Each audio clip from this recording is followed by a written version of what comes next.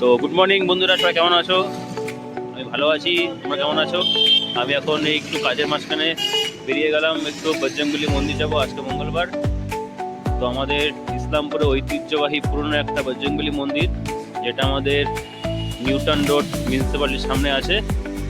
তো চলো আমার সঙ্গে এই তোমরা ব্লগটা দেখতে থাকো, আমি তোমাদেরকে নিয়ে যাচ্ছি মন্দিরের সামনে। চলে আসছি এখন মন্দিরের সামনে। মন্দিরে অনেক ভিড় আছে, সবাই এই মন্দিরে পুজো দিতে আসছে।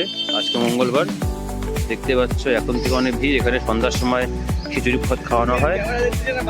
এখন চলে আসছি মিউনিসিপ্যালিটির সামনে, বজরংবলী মন্দিরের সামনে।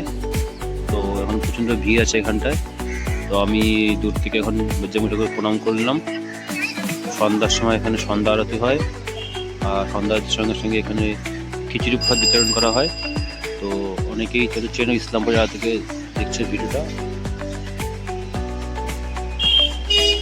আর নতুন করে একটা কাকু আসছে এখানটায়, এখানে বজরংবলী মন্দিরের জন্য সব জিনিসপত্র লাগে সব এখানে বিক্রি করে।